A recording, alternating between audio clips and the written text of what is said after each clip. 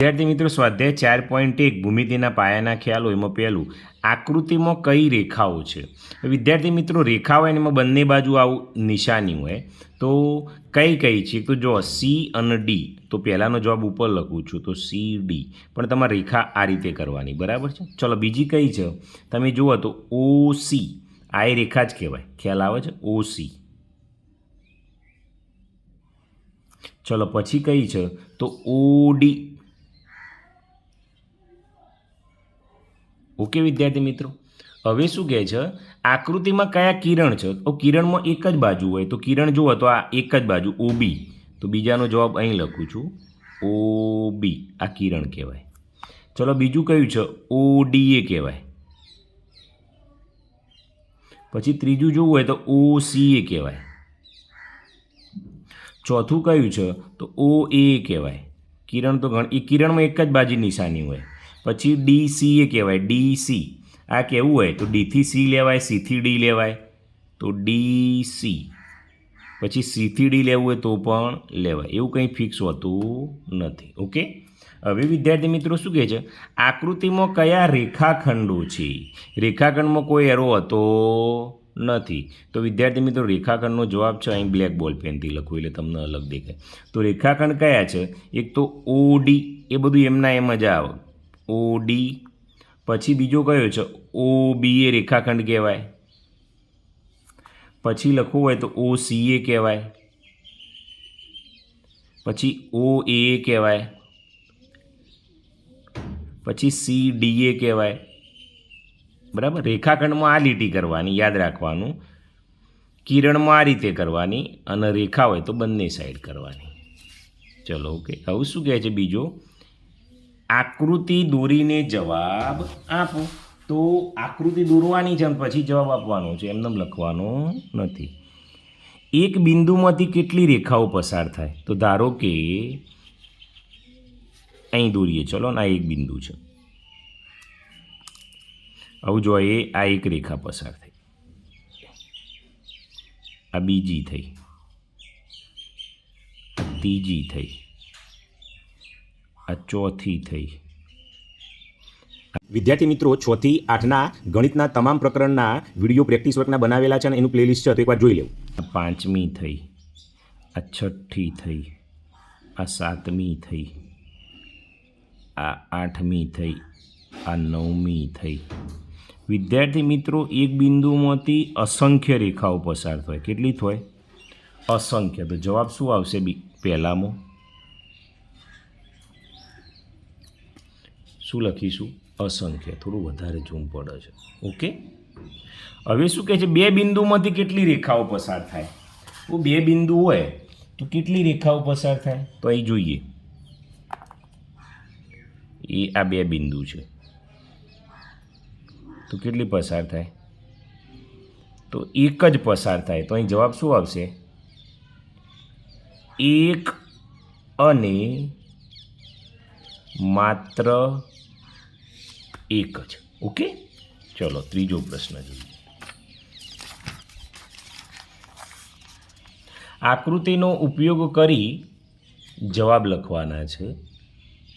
આવું જુઓ, આ આકૃતિ છે, આ કિરણ એ બી છે, આ આર એમ છે અને પી બિંદુમાં છેદે છે. બિંદુ પી એ કયા કિરણ ઉપરનું બિંદુ છે? તો વિદ્યાર્થી મિત્રો, તમે જુઓ, બિંદુ પી કયા કયા કિરણમાં આવે છે? તો તમે જુઓ તો ઘણા બધા કિરણમાં બિંદુ પી આવવાનું છે. આપણે જોઈએ કયા કયામાં આવે છે. એક તો જુઓ, પી છે તો પીએમ ઉપર આવે. અહીં કયું કીધું છે? કિરણ કીધું છે, તો એક તો પીએમ ઉપર આવશે. દેખાય છે ને? બરાબર, ઓકે. પીએમ આવશે. ચલો, બીજું કયું આવશે? એમ આર ઉપર એ આવે. પછી પી આર ઉપર એ આવે. પછી પી એ ઉપર એ આવે, પી એ ઉપર જાય. એ જ રીતે નીચે લાવીએ તો પી બી ઉપર એ આવે, આર એમ ઉપર એ આવે, આર એમ એ લેવાય, ગમે તે કિરણ લેવાય.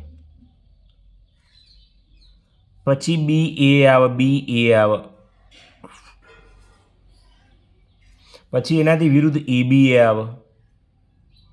એટલે વિદ્યાર્થી મિત્રો ઘણા બધા કિરણ આવે. બિંદુ પી એ કઈ રેખા ઉપરનું બિંદુ છે?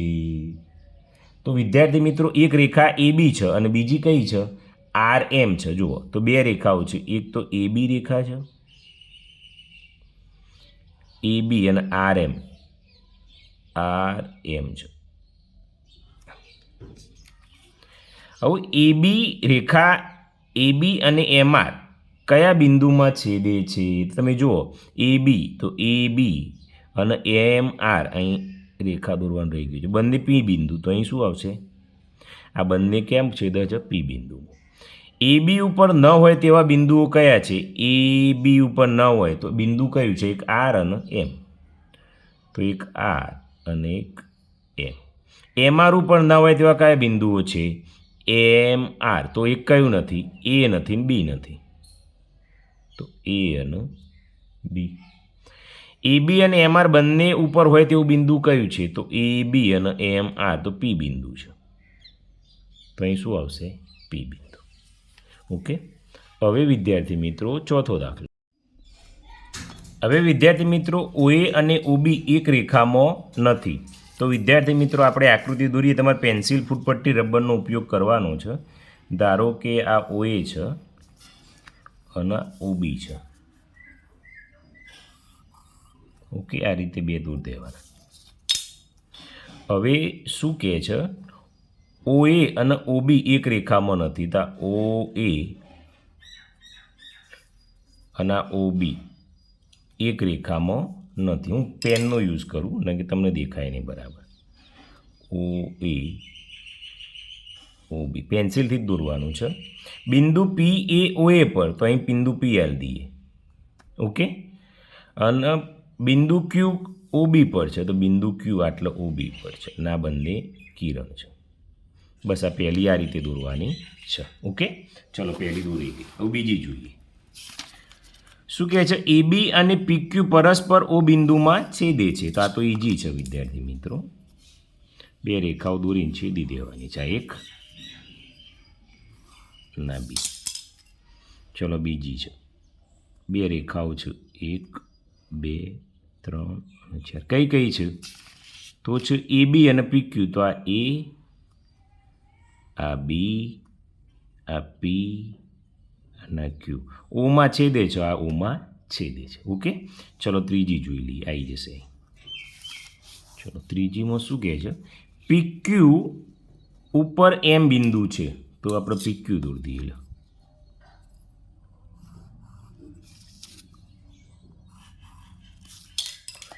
તો એ પીક્યુ ઉપર એમ બિંદુ છે. આવી ગયું પીક્યુ ઉપર એમ. એન બિંદુ નથી. એન બિંદુ એના ઉપર દોરવાનું નથી. એમ એન અને પીક્યુ છેદે છે, તો એન અહીં લઈ લઈએ. પીક્યુ એમ એન બરાબર. આ વિદ્યાર્થી મિત્રો ત્રીજી આકૃતિ થઈ. ચલો આગળ. નીચેની આકૃતિ પર માગેલા પ્રશ્નોના જવાબ આપો. રેખા એબી ઉપર બીજા કયા બિંદુઓ છે?